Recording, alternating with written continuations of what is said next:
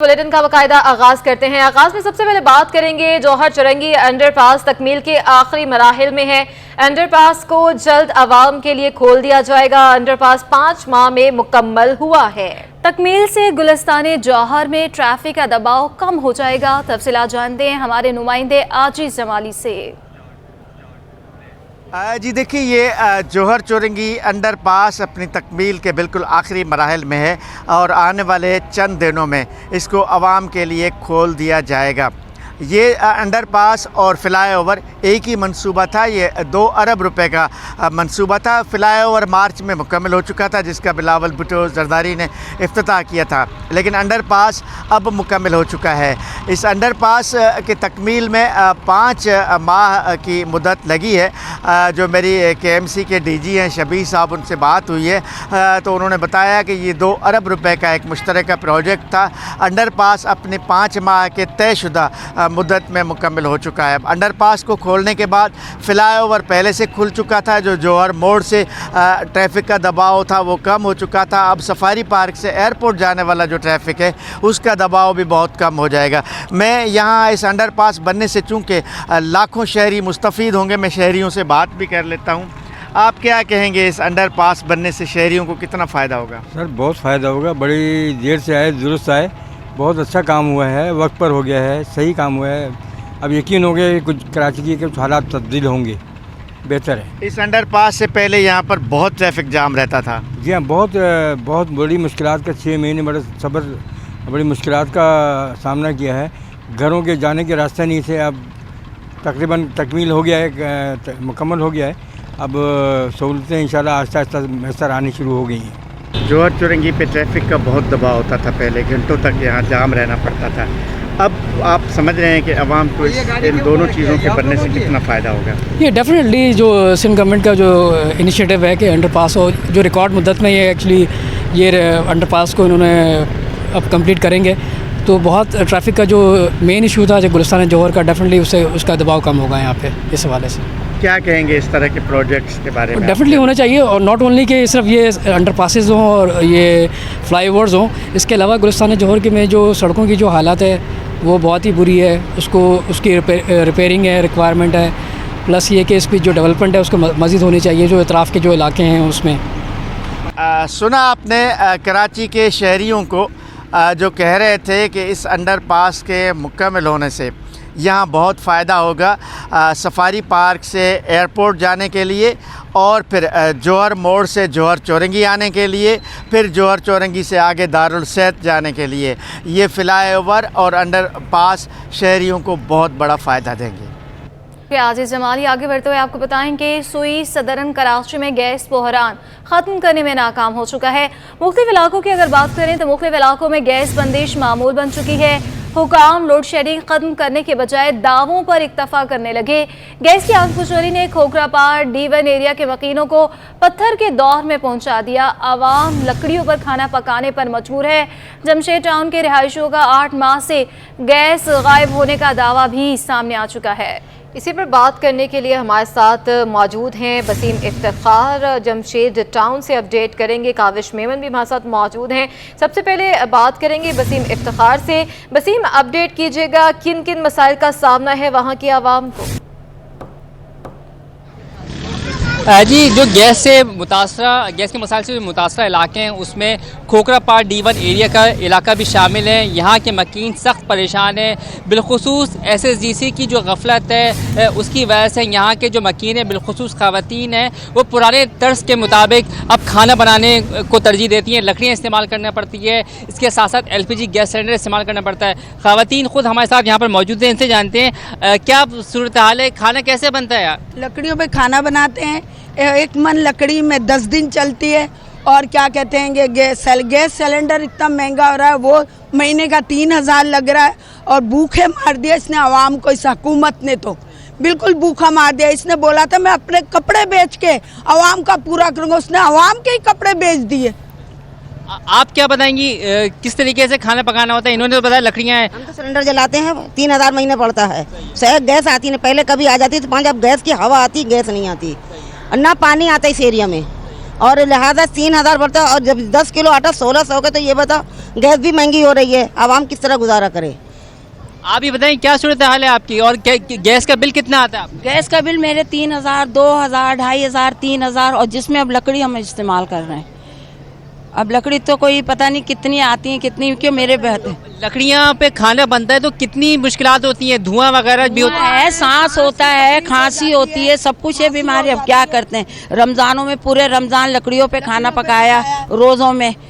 आप बताएं क्या कहेंगी, क्या सूरत हाल? हमारे घर में सिलेंडर चलाते हैं और बहुत मुश्किल हो गई है, क्योंकि आजकल रोज़गार भी नहीं है, रोज़गार की वैसी परेशानी है, और घर में 3000, 3500 का सिलेंडर हो जाता है। इसकी वजह से बजट पे हमारा आउट हो जाता है, बहुत मुश्किल हो रही है, घर का गुजारा करना ही बहुत मुश्किल हो गया है। जी बिल्कुल, ये थी आप बीती जो इन्होंने इन खवातीन ने बताई है कि लकड़ियाँ इस्तेमाल करनी पड़ती है। फ़ी मन लकड़ी जो है तकरीबन 500 रुपये तक की आती है, और फ़ी मन लकड़ी जो है वो तकरीबन 10 दिन चलती है, और इसके साथ साथ LPG गैस सिलेंडर भी इस्तेमाल करना पड़ता है, और महीने में तकरीबन 3000 रुपये का LPG गैस जो है वो इस्तेमाल की जाती है। इसके साथ साथ जो SSGC के बिल आ रहे हैं वो अलग हैं, यानी कि गैस पाइपलाइनों में गैस नहीं आती, चूल्हों में गैस नहीं आती, लकड़ियों पे खाना बनाना पड़ता है।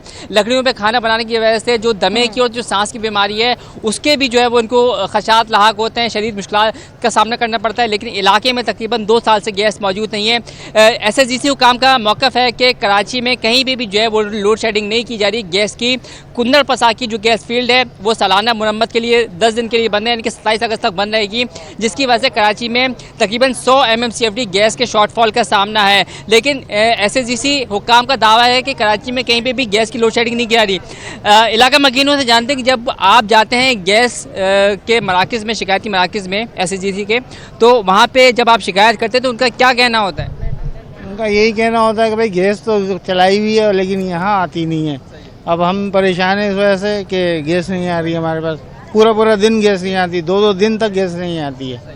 मजमूई तौर पर गैस आती नहीं है, फिर गैस की लोड शेडिंग होती है। गैस की लोड शेडिंग होती है, कई इलाकों में बंदी होती है, किसी इलाकों में होती है, किसी इलाकों में नहीं होती। तो इस इलाके में कितने घंटे की? 2-3 घंटे रहती है, 1 घंटा 2 घंटे, फिर आ जाती है, फिर चली जाती है, इस तरह।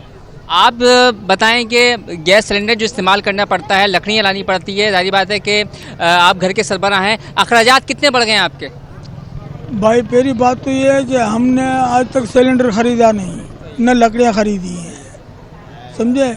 बाकी गैस पे चलाते हैं, लेकिन ये है कि लोड शेडिंग जो है उसमें गैस जाती है, बाकी आ जाती है। हाँ, दिन में 1 मरतबा जाती है और रात में भी जाती है। रात में 10-11 बजे जाती है, फिर सुबह को 5 बजे आती है, समझे। और दिन में 2 बजे जाती है तो शाम को 6 बजे आती है। ये थे इलाका मकीन जिन्होंने सूरत बताई कि यहाँ पे गैस की लोड शेडिंग का कोई भी औकात कार मुकर्रर नहीं है। कभी भी जब गैस आती है तो मौके को गनीमत जानकर उस पर जो है वो खाना पकाना पड़ता है, या फिर लकड़ियाँ इस्तेमाल करनी पड़ती हैं। इसके साथ साथ गैस के सिलेंडर इस्तेमाल करने पड़ते हैं, गैस के बिलों की अदायगी भी की जाती है। लेकिन अलमिया यह है कि यहाँ पर गैस के हुसूल को जो है वो इलाका मकीन तरस गए हैं। सुबह में बच्चे जो है वो अमूमन खाली पेट जाते हैं, बिना नाश्ते के जो है वो स्कूल जाते हैं। इसी तरीके से जो मर्द हजरात हैं उनको भी जब काम पे जाना पड़ता है तो वो भी बिना नाश्ते के जो है वो काम पे जाते हैं। मुश्किलात का सामना है, लकड़ियों पर खाना बना रहे हैं और बीमारियों का भी शिकार हो रहे हैं। वसीम इफ्तिखार, आप हमारे साथ ही रहिएगा। इसी पर बात करने के लिए हमारे साथ मौजूद हैं काविश मेमन जमशेद टाउन से। काविश, बताइएगा जमशेद टाउन के मकीनों को किस तरह की मुश्किलात का सामना है? बिल्कुल, देखिए शहर भर में ही जो है वो हम ये देख रहे हैं कि गैस की हवाले से काफ़ी मुश्किलात का सामना है। शहर के कोई भी हिस्सा हो, हम नहीं कहा जा सकता कि वहाँ गैस का मसला नहीं है। इस वक्त मैं मौजूद हूँ जमशेद टाउन में और यहाँ के मकीन गुज़श्ता 8-10 महीनों से जो है गैस की बंदिश के हवाले से काफ़ी परेशान है। एक तो शहर के कई इलाकों में ये मसला है कि जो शेड्यूल जारी किया गया है उसके मुताबिक जो है वो गैस फराम नहीं की जा रही, बल्कि कई ऐसे इलाके भी हैं जहाँ पर मुकम्मल ही गैस नहीं है। इस वक्त जमशेद टाउन की सूरत हाल ये है कि मकीन जो है वो सरापा एहतिजाज बन चुके हैं। अगर मैं अपने कैमरामैन हसन मेहदी से कहूँ तो वो दिखा सकें कि यहाँ पर जो है वो रोड को भी ब्लॉक कर दिया गया है और बड़ी तादाद में जो इलाका मकीन है वो यहाँ पर निकल आए हैं, एहतिजाज कर रहे हैं। इस हवाले से बात भी करते हैं उनसे। ये बताइएगा अम्मा कि इस वक्त क्या मसले मसाइल हैं और क्यों ये एहतिजाज पे मजबूर हुए? यहाँ आ जाए। हम एहतिजाज से इसलिए मजबूर होकर आ गए हैं, सड़कों पे घरेलू औरतें हैं, सारी सड़क पर आ गई हैं। 14 महीने से ना बिजली, ना गैस, ना पानी, हम बेटा परेशान है। कारोबार किसी का नहीं है, रोजगार नहीं है, नौकरी नहीं है लड़कों की। बात ये है कि अब हमारे मीटर काट के ले जाओ, ना हमें बिजली चाहिए, ना हमें गैस चाहिए, ना हमें पानी चाहिए। हमें अभी इस चीज की आदत हो गई है, एक कोई किसी चीज से सुकून नहीं है हमारे मुल्क में। हम क्यों टैक्स दे, हमारी हालत फकीरों जैसी कर दी। ये इतने बारों में बैठे, में बड़े बड़े बंगलों में बैठे, ये लंदन और अमेरिका में बैठे, दुबई में बैठ के फैसले कर रहे। हमें ये गवर्नमेंट नहीं चाहिए और हम इन लोगों को अब नहीं पाल सकते। हम इस गवर्नमेंट को नहीं पाल सकते, हम अपने बच्चे नहीं पाल सकते, गवर्नमेंट को कहाँ से पाले। अच्छा अम्मा ये बताएं कब से गैस का मसला है?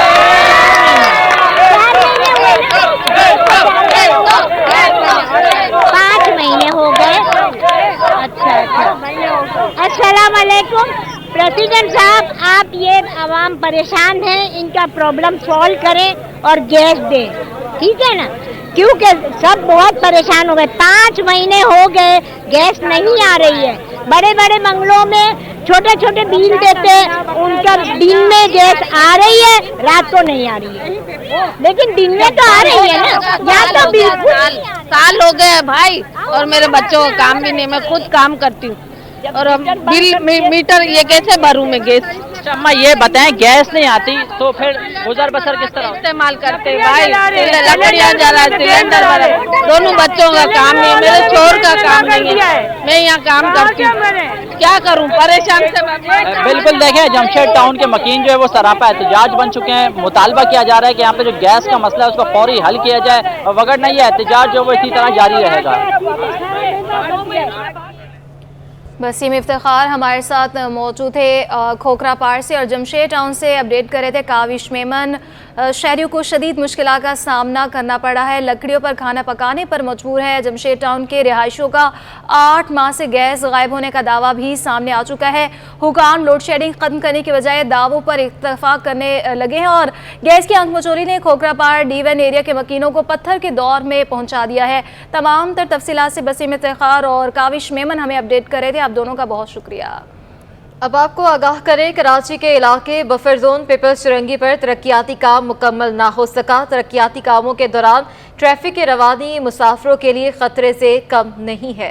ट्रैफिक पुलिस के एहलकार भी मौजूद नहीं है। इस वक्त हमारे नुमाइंदे सैयद नुमान गुल वहाँ पर मौजूद हैं, वो तमाम तफसीलात के हवाले से हमें आगाह करेंगे। नुमान बताइएगा। जी हाँ बिल्कुल, शहर कराची में तरक्याती मंसूबे शुरू तो कर दिए जाते हैं, लेकिन वो मुकम्मल होने का नाम नहीं लेते, और जिसकी वजह से शहरी जो है वो मुश्किलात का शिकार हो जाते हैं। मैं इस वक्त मौजूद हूँ पीपल्स चौरंगी बफर जोन में, और यहाँ पर भी तरक्याती कामों का आगाज़ तो कर दिया गया है, लेकिन उसके हवाले से कोई प्लानिंग नहीं है, क्योंकि ट्रैफिक भी वहीं से गुजर रहा है और तरक्याती काम भी उसी सड़क पर हो रहा है। मेरे कैमरामैन शाहजेब हुसैन आपको दिखा सके तो एक तरफ ये पीपल्स चौरंगी पर रोड उखाड़ा जा रहा है, और ये काम भी यहाँ पर जारी है, जो कि अच्छा इकदाम है, लेकिन इसके लिए यहाँ पर कोई प्लानिंग नहीं है, क्योंकि ट्रैफिक भी इसी सड़क से गुजर रहा है, और खुदा न खास्ता इसकी वजह से कोई हादसा हो जाए तो बड़ी जो है मुसाफिर परेशानियां भी उठा सकते हैं। शहरी मेरे साथ मौजूद है। सर मुझे बताइएगा ज़रा, सालों से हमने देखा कि यहाँ पर सीवरेज का मसला था, और अब तरक्याती कामों का आगाज़ हो गया, तो क्या कहेंगे इस हवाले से? नहीं, एकदम तो अच्छा है, काम होना चाहिए, लेकिन कोई अल्टरनेट इसका होना चाहिए कि ट्रैफिक भी चलता रहे, और क्योंकि अभी तो ट्रैफिक भी चल रहा है, काम भी हो रहा है, तो एक्सीडेंट का भी खतरा होता है इसमें। तो सर ये डेंजरस नहीं है? ये डेंजरस तो है, ये जो स्टाइल है काम का ये डेंजरस है, तो बहरहाल इसका अल्टरनेट कोई करना चाहिए था पहले इनको, कि ट्रैफिक भी चलता रहे, लोगों को परेशानी ना हो, और ये कि लेकिन काम तो बहुत ज़रूरी है। यहाँ पे बहुत ज़्यादा प्रॉब्लम है इस डिस्ट्रिक्ट में, ख़ास तौर से सेंट्रल में हर जगह ही पर है, तो ये काम तो होने चाहिए। अच्छा, यकीनी तौर पर शहरियों की जानिब से सराहा जा रहा है कि क्योंकि डिस्ट्रिक्ट सेंट्रल में अब जो है वो काम होना शुरू हो गया है, लेकिन बदकिस्मती से इसके हवाले से प्लानिंग नहीं है, क्योंकि यहाँ पर कोई भी मुतबादिल रोड फराहम नहीं किया गया है, और इसी वजह से सड़क पर काम भी जारी है पीपल्स चौरंगी पर, और इसके साथ साथ ट्रैफिक भी इसी सड़क से गुजर रहा है। जी आगे बढ़ते हुए आपको बताएं कि धाबेजी पंपिंग स्टेशन पर के इलेक्ट्रिक की जानिब से अचानक बिजली का ब्रेकडाउन हुआ है। 72 इंच की कदर की PRRC की लाइन नंबर 1 मुतासिर हो गई है। धाबेजी पंपिंग स्टेशन पर के इलेक्ट्रिक की जानिब से अचानक बिजली का एक बड़ा ब्रेकडाउन हो चुका है।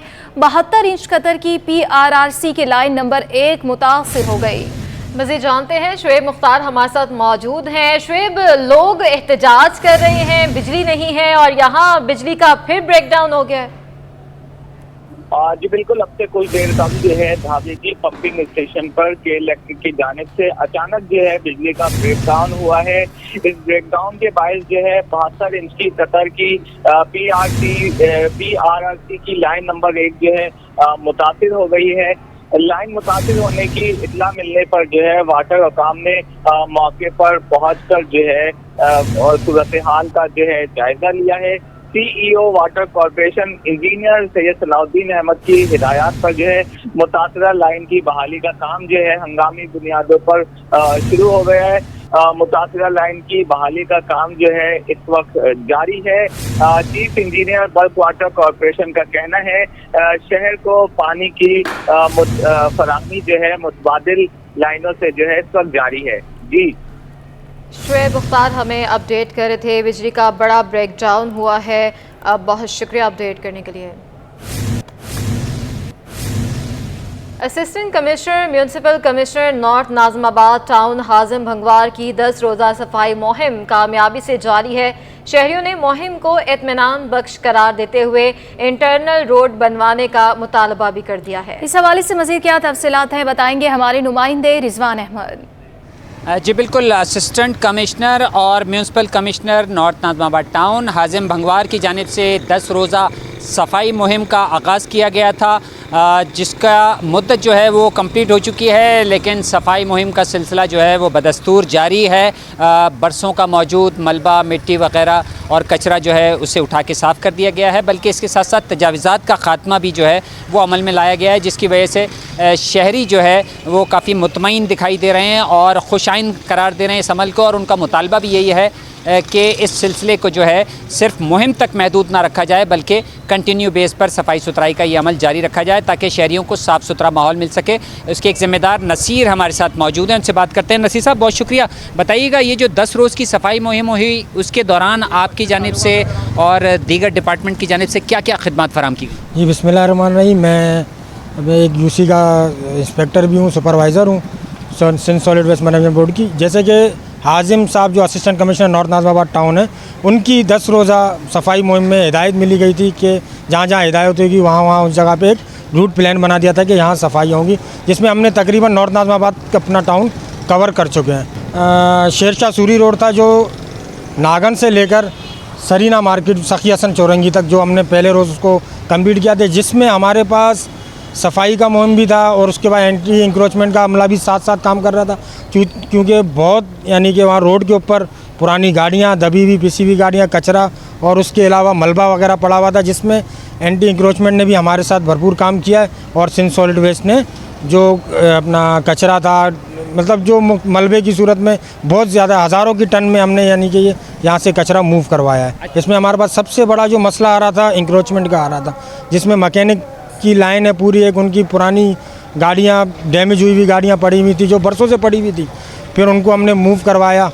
फिर इस तरीके से वो काम चला, जिससे हमने वहाँ पे भी काफ़ी ज़्यादा हद तक, काफ़ी ज़्यादा क्वांटिटी में हमने वहाँ से मलबा, मिट्टी और कचरा मूव करवाया वहाँ से। बिल्कुल, कहा यह जा रहा है कि ये सफाई मुहिम जो है नॉर्थ नाज़िमाबाद टाउन के लोगों के लिए बहुत फ़ायदेमंद रही। ना सिर्फ ये कि इसके दौरान सफाई हुई, बल्कि इंक्रोचमेंट का भी ख़ात्मा किया गया और बफर जोन, जिसे माजी में यहाँ के मकीन गटर जोन कहते थे, यानी सीवरेज का बहुत बड़ा मसला था, वो मसाइल भी हल किए गए। जी, नाज़िमाबाद गोल मार्केट की सड़क पर सीवरेज का पानी जमा हो गया। सड़क पर गड्ढे पड़ने से दुकानदार कारोबार ठप होने का शिकवा करते नजर आए। मजीद बात करेंगे, जवाद आसिफ हमारे साथ मौजूद हैं। जी जवाद। जी बिल्कुल, कराची में बोसीदा सेवरेज का निज़ाम शहरियों के लिए अजियत का बायस बन चुका है। इस वक्त मौजूद हूँ नाज़िमाबाद गोल मार्केट में। मेरा कैमरामैन आपको दिखाएगा कि यहाँ पर भी जो है सेवरेज का पानी खड़ा है और गड्ढे भी पड़ चुके हैं, जिसकी वजह से शहरियों को शदीद मुश्किलात का सामना करना पड़ता है। पानी इतना पुराना हो चुका है कि इसमें जो है वो काई जम चुकी है। इस इर्द गिर्द जो है कारोबारी मराकज़ भी हैं, उनका कारोबार भी, दुकानदारों का शिकवा ये कि कारोबार भी इस वजह से मुतासर होता है। इस वक्त मेरे साथ मौजूद हैं शहरी, उनसे पूछते हैं। फरमाइएगा, कब से ये सूरत हाल है? सर ये तकरीबन 15-20 दिन से, और हमारे कारोबार पे भी इससे बहुत असर पड़ रहा है। हमारी ये गुजारिश है आपसे कि इसके लिए कुछ करवाया जाए, और हमारे कारोबार पे भी काफ़ी असर है इस चीज़ का। दुकानदारों को काफ़ी परेशानी है। तकरीबन 20 से 25 दिन से ये पानी खड़ा हुआ है यहाँ पर। यहाँ पे क्या मतलब गुजरने वालों को भी मुश्किल होती है? ज़्यादा परेशानी हो रही है आवाम को भी, और हमारे कारोबार भी बिल्कुल ठप हो गए इस पानी की वजह से। कोई आता ही नहीं है इसी वजह से। तो देखा आपने, इनका यही कहना था कि पानी जमा होने से इनका कारोबार भी बिल्कुल ठप हो चुका है। आवाम को भी मुश्किलात का सामना करना पड़ता है, जबकि गाड़ियाँ जो गुजरती हैं उनके टायरों को भी यहाँ पर नुकसान पहुँचता है। जी। क्लिफ्टन इतवार बाजार में शहरियों की एक बड़ी तादाद खरीदारी में मसरूफ़ है। शॉपिंग करती खातून कहती है लड़कियों की शॉपिंग का कोई सीज़न नहीं होता, मेकअप खरीदारी में पहले नंबर पर आता है। तफसीलात बताएंगी अक्सा शाहिद। के बचत बाज़ार में मौजूद हूँ। जो क्लिफ्टन बचत बाज़ार यहाँ पे लगता है, 1500 स्टॉल पर मुश्तमिल ये संडे बाज़ार है और यहाँ पर जो है मुख्तलिफ़ ख़रीदारी की चीज़ें भी मिलती हैं। हर चीज़ जो है, कपड़े, चूड़ी, घर में सजावटी सामान, यहाँ तक कि सब्ज़ियाँ, फल फ्रूट, हर चीज़ जो है वो यहाँ बचत बाज़ार में लगती है। शहरी आते हैं। सब्ज़ियों की अगर बात करें तो हफ्ते भर का जो है वो सामान ख़रीद के लेके जाते हैं। ख़रीदारी की अगर हम बात करें शॉपिंग के हवाले से तो ख़वातीन का रश जो है वो हमें हर दफ़ा नज़र आता है। इस वक्त खातून भी मौजूद हैं, इनसे भी बात कर लेते हैं कि शॉपिंग करना आई हुई है तो कौन से सीज़न की जो है वो शॉपिंग कर रही हैं और क्या ख़रीद रही हैं? जी, हम तो आप जैसे देख रहे हो, हम मेकअप ही ख़रीद रहे हैं और लड़कियों की शॉपिंग तो मेकअप से ही शुरू होती है। अच्छा, ये बताइएगा कि अभी किस चीज़ की, मतलब यकीनन आप जॉब करती हैं, मेकअप ख़रीद रही हैं या फिर ऐसे ही शौक है? नहीं, मैं जॉब तो नहीं करती, मैं हाउसवाइफ हूँ और आजकल शादियों का सीज़न चल रहा है हमारे यहाँ, तो इसी वजह से हम शॉपिंग पे निकले हैं। अच्छा, बचत बाज़ार के हवाले से बताएं कि कितनी आपको लगता है कि यहाँ पे बचत हो जाती है? वैसे तो इतनी खास नहीं है, बट लकीली आपको कोई चीज़ ऐसी होती है जो बाहर बहुत ही महंगी पड़ती है और यहाँ पे नॉर्मल रेंज में आपको मिल जाती है। ये बताएं कि हाउस वाइफ हैं तो शॉपिंग मेकअप के अलावा और क्या क्या पसंद है? घर को सजाना, यहाँ पे बचत बाज़ार में क्या चीज़ें ऐसी मिलती हैं? हाँ, वो जो एंटिक पीस होते हैं आप अपने घर में सजा के रखें, और बच्चों के खास करके, और तीसरी चीज़ के जूते ज़बरदस्त जो है वो यहाँ पर शूज़ बड़े अच्छे मिलते हैं। संडे बाज़ार की बड़ी खासियत है। और साथ ही जो है हाउस वाइफ हैं तो घर में जो एंटीक चीज़ें होती हैं सजावट की, वो भी यहाँ पर जो है वो अच्छी मिल जाती हैं। और साथ ही जो है ख़वातीन की जो शॉपिंग स्टार्ट होती है वो मेकअप से ही होती है। शादियों का सीज़न है तो उसकी शॉपिंग के हवाले से जो है वो यहाँ पर रश ज़्यादा देखने में आ रहा है। जी। सिंध सेक्रेटेरिएट में जालसाज ब्रोकर माफिया का गिरोह सरगर्म हो गया है। जालसाज ब्रोकर्स के गिरोह ने महकमा बल्दियात में अखाड़ा कायम कर दिया है। 1 से 4 ग्रेड के मुलाजमीन के ऑफर ऑर्डर्स फरोख्त करना शुरू कर दिए हैं। महकमे बल्दियात सिंध ने नई भर्तियों को जाली करार देकर वजाहत कर दी है। इसी हवाले से बात करने के लिए हमारे साथ मौजूद हैं हमारे नुमाइंदे आज़ाद नोहड़ियो। आज़ाद, बताइएगा। जी बिल्कुल, देखिए महकमा बल्दियात में एक बार फिर एक नया स्कैंडल सामने आया है कि सिंध हुकूमत की जानब से जो नई भर्तियों पर पाबंदी आयद होने के बावजूद महकमा बल्दियात में 1 से 4 ग्रेड के लोअर स्टाफ या निचली सतह के मुलाजमीन और 11 ग्रेड के यूनियन कमेटीज और यूनियन काउंसिल के सेक्रेटरीज के दिए गए जो इश्तारात है उन पर जाली ऑफर लेटर जारी होने का इंकशाफ हुआ है। इस हवाले से महकमा बल्दियात के अंदर बताया गया है कि जालसाज गिरोह है जिन्होंने बाज़ाब्ता तौर पर डेरा डाल दिया है, उन्होंने अखाड़ा कायम कर दिया है, जिन्होंने मुकामी जो एडमिन सेक्शन है या दीगर जो सेक्शन है उनके सेक्शन अफसरान, सुपरडेंट और स्टेनोग्राफर से मिली भगत करके जाली ऑफर लेटर जारी करने शुरू किए हैं, मुख्तलिफ लोगों से पैसे बटोरे हैं। ये मामला जब महकमा बल्दियात के अफसरान के पास पहुंचा तो उन्होंने वाज़ेह तौर पर उनके सोशल मीडिया के पेज पर इसकी वजाहत कर दी है कि सिंध हुकूमत की जानब से 1 से 4 ग्रेड और 11 ग्रेड के जो मुख्तलिफ अखबार में इश्तिहार शाये किए गए थे उनके बाद निगरान सेक्टर जैसे कायम हुआ तो उसके बाद इन पर पाबंदी आयद हुई है। और उसके बाद जो भी ऑफर लेटर जारी किए जा रहे हैं इनमें किसी किस्म की कोई सदाकत नहीं है। तमाम तरह ऑफर लेटर जो है गैर कानूनी यानी फेक है, इनको जाली करार दे दिया है। इसके साथ साथ जो है स्पेशल ब्रांच या सिंध सेक्रेटेरिएट की सिक्योरिटी हुकाम को अहकाम जारी किए गए हैं जो जालसाज गिरोह है उनके खिलाफ कार्रवाई अमल में जाए और फौरी तौर पर उनको मुकामी पुलिस के हवाले किया जाए। इस तरह के मुतअद्दिद से कई जाली पे काट रहे हैं जो मुख्तलिफ लोगों को मौसूल हुए हैं, लेकिन जब महकमा बल्दियात के पास वेरिफिकेशन के लिए गए हैं तो महकमा बल्दियात ने इनको जाली करार दिया। ये 1 से 4 ग्रेड और 11 ग्रेड के मुलाजमिन के ऑफर लेटर हैं जिनको मुख्तलिफ जालसाज गिरोह की जानब से पैसे बटोर कर इनको फराहम कर दिए गए, लेकिन महकमा बल्दियात ने इनको फेक यानी जाली करार देकर इसकी वजाहत कर दी है। जी बहुत शुक्रिया आज़ाद नोहड़ियो। आपको बताएं कि शराफी गोट में मुसल्लह मुल्ज़मान की फायरिंग से पुलिस एहलकार की शहादत। वाक़े का मुकदमा शहीद के वालिद की मुद्दत में दर्ज कर लिया गया है। SHO शराफी गोट के मुताबिक वाक़या ज़ाती दुश्मनी का शाखसाना है। शराफी गोट में मुसल्लह मुल्जिमान की फायरिंग से पुलिस एहलकार की शहादत का ये वाक़या है। वाक़े का मुकदमा शहीद के वालिद की मुद्दत में दर्ज कर लिया गया। मज़ीद तफसीलात जानेंगे। सलमान सलीम हमारे साथ मौजूद हैं। सलमान, बताइएगा। जी बहुत शुक्रिया। देखिए, गुज़िश्ता रात शराफी गोट में फायरिंग से पुलिस एहलकार जाहिद की शहादत हुई थी, जिसके ऊपर पुलिस एहलकार का कत्ल जो है वो ज़ाती दुश्मनी का शाखसाना निकला है। वाक़ई का मुकदमा पुलिस एहलकार के वालिद की मुद्दत में शराफी कोट थाने में दर्ज कर लिया गया, जबकि मुकदमे में कत्ल समेत दीगर तफात भी शामिल की गई हैं। मुकदमे में राशिद नामी शख्स समेत 3 मुलजमान को नामजद किया गया, जबकि नामजद मुलजम मकतूल के इलाके का रिहायशी बताया जा रहा है। मकतूल के घर के बाहर गली में मकतूल जो है वो घर के बाहर बैठा था गली में, तमाम मोटरसाइकिल पर सवार 3 मुलजमान आए और उसको फायरिंग करके कत्ल किया। मकतूल पुलिस एहलकार जो है वो फॉरेन सिक्योरिटी सेल में तैनात है, जबकि वाक़ई की मज़ीद तहकीकात जारी है। जी बहुत शुक्रिया सलमान सलीम। सानिया जनावाला के हवाले से होली ट्रिनिटी चर्च में दुआया तकरीब का इनाक़ाद किया गया। दुआया तकरीब में मसीही बरादरी से ताल्लुक़ रखने वाली शख्सियात शरीक हैं। आयमा खान अपडेट करेंगी। जी बिल्कुल, होली ट्रिनिटी चर्च में जो है सानिया जनावाला के सिलसिले में जो है वो दुआया तकरीब का इनेकाद किया गया था। इस हवाले से बात करने के लिए हमारे साथ चर्च के बिशप मौजूद हैं, हम इनसे बात करते हैं। जी बताइएगा, इस तकरीब का इनेकाद किया गया।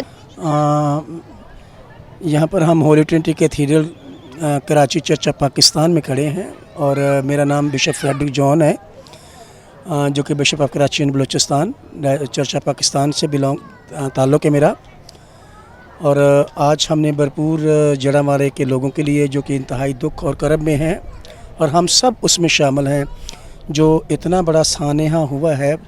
पाकिस्तान में इससे पहले भी बहुत सारे सानेहात हुए हैं, जिसमें शांति नगर का वाक़या है, यूहन्नाबाद का वाक़या है, बदामी बाग का वाक़या लाहौर का है, और बहुत सारे वाक़या जो फैसलाबाद के मुख्तलिफ देहातों में हुए। लेकिन ये जो अलमिया हुआ है, ये आज तक की तारीख़ में, पाकिस्तान की तारीख़ में सबसे बड़ा सानेहा है, जिसमें 26 चर्चेस एक साथ जला दिए गए और तकरीबन 100 से ज़्यादा घरों को जला दिया गया।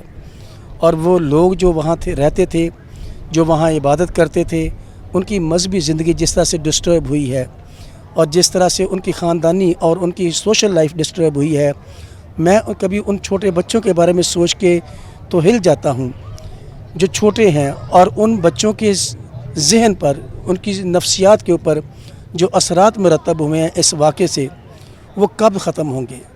मुमकिन है कि गवर्नमेंट और जो मुखय्यर हजरात हैं मिल के इस सारे मटीरियल नुकसान को पूरा कर भी लें, लेकिन उन बच्चों की नफ्सियात को कब ठीक करेंगे, कैसे ठीक कर सकेंगे। जी बिल्कुल, मेरे साथ चर्च के बिशप मौजूद थे और आपने सुना इनका ये कहना था कि एक अफसोसनाक वाक़या था सानिया जनावाला में जो हुआ, वो एक अफसोसनाक वाक़या था, एक अफसोसनाक सानिया था। इसका हम सबको दुख है। साथ ही साथ इनका ये भी कहना था, हुकूमत से इन्होंने ये अपील भी की है कि जल्द अज जल्द जो वहाँ के लोग हैं उनकी बहाली का काम भी किया जाए, साथ ही साथ उनके लिए फ़ंड्स भी रिलीज़ किए जाएँ। जी, पाकिस्तान क्रिकेट बोर्ड ने डिपार्टमेंट टूर्नामेंट की बहाली का ऐलान कर दिया है। मुकाबले 10 सितंबर से शुरू होंगे। महकमा जाती टीमों ने भी इवेंट के लिए तैयारी शुरू कर दी है। मज़ीद बताएंगे हमारी नुमाइंदे जावेद इकबाल।